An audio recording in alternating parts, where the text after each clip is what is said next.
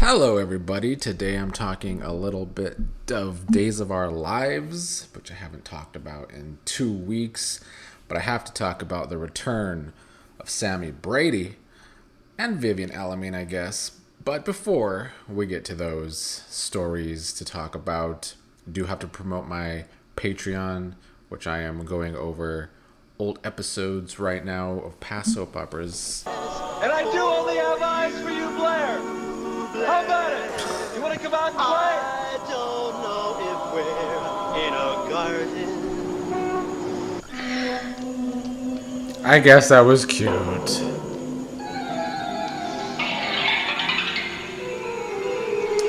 This is not a cute look, though, Sarah. I will be doing Days of Our Lives eventually, old episodes from 1986, or I will try to anyway. But for now, One Life to Live is over there.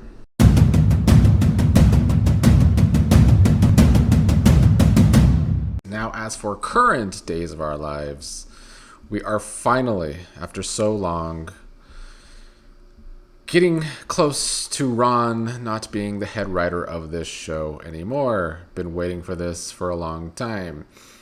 Last time I made a video, we talked about the show finally dealing with Johnny learning that his father raped his mother, and that's how he was conceived.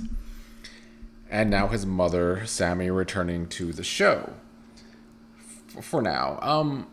First of all, always great to see Allison Sweeney back. Sami is an iconic character on this show. Quite a hurricane back in the day. And this go round, with her having to deal with Johnny finding out about the rape, I feel like they have finally matured Sami in a way that has been necessary for a long time. Now, something I haven't talked about in the past 2 weeks, because I haven't had a Days video in the past 2 weeks, is the whole who shot EJ storyline.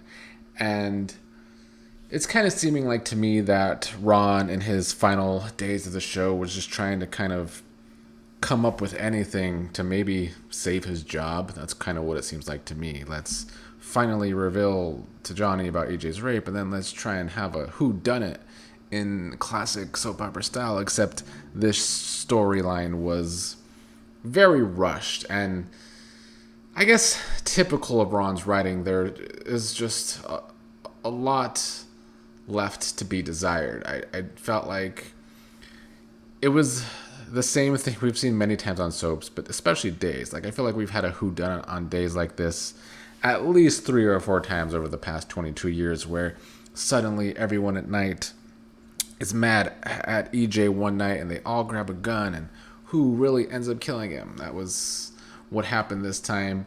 Oh, EJ wasn't killed, he was shot, but you get my point.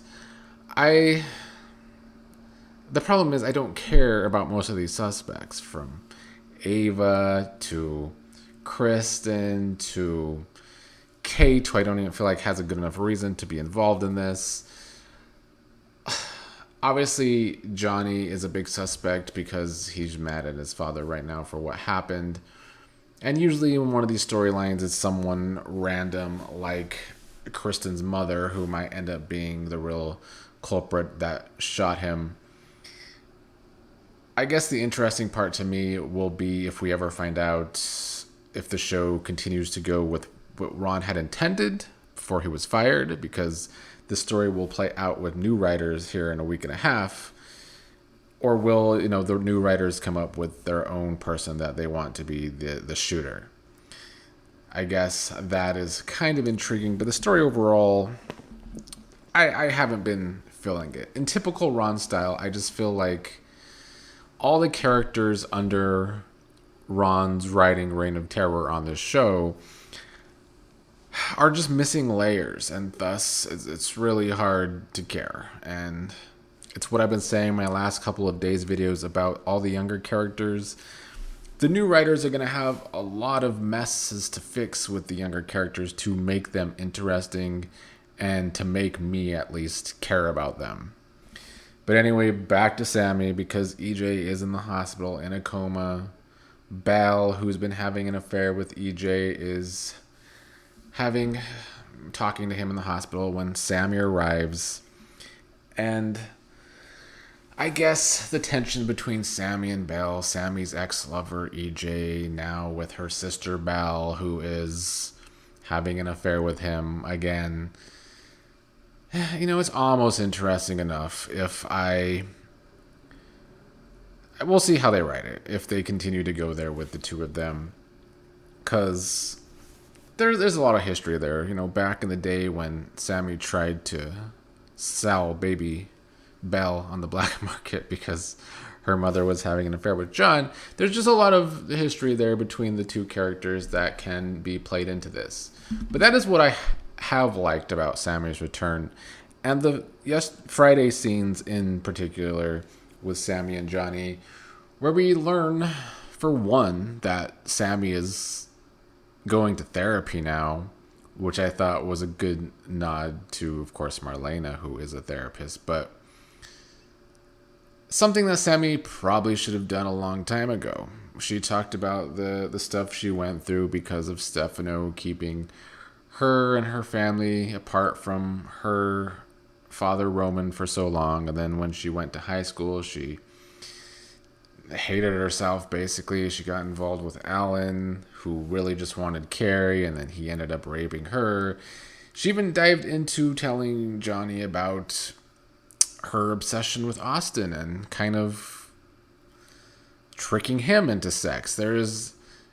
Sami has lived a very toxic life as a character, and I think her going to therapy and talking about her therapy and just growing as a human was a nice nod. So I really enjoyed those scenes. I thought Ellison Sweeney and Carson Boatman did a fantastic job in Friday's episode. Now, by the end of the episode, did I like that we had to hear Sami go on and on about her love for EJ despite the whole incident with her and EJ and the gun? No, I thought that was... I don't know why we're still placating EJME fans in 2025, but I guess we really are, even though that's the story that kind of drove the character of Sami into the ground.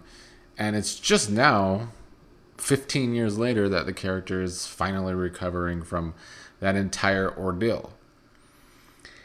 And as much as I enjoyed those scenes, I still have a similar sentiment to how I felt about the whole Johnny, EJ, and rape story playing out in the first place. It's missing key characters. With there being no Lucas, no Allie, even Will, I think, would make the story so much more layered than what we're getting.